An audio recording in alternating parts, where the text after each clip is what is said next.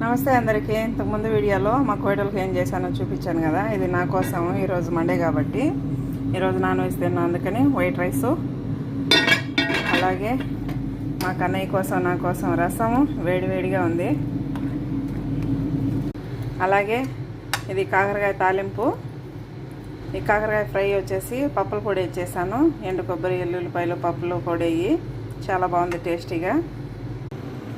చూడండి, ఈ భోజనం వచ్చేసి మా మేడంకి ఇండియా వంటలు అంటే చాలా ఇష్టం. నేనేం చేసుకున్నా నాకు కూడా పెట్టమని అడుగుతుంది. కొన్ని వంటలు మా పిల్లలు కూడా తింటారు.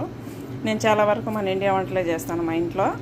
నేను ఎన్ని సంవత్సరాల నుంచి ఉన్నాను, ఎందుకు మా కన్నయ్యని పెట్టుకొని ఇక్కడే పని చేస్తున్నాను. చాలామంది మీ బాబుని పెట్టుకొని నువ్వు ఎలా పని చేస్తున్నావు, మేము ఒంటరిగానే చేయలేకున్నాము, ఎన్నో కష్టాలు పడుతున్నాం అంటారు. అందరూ కోయటలు అలా ఉండరండి.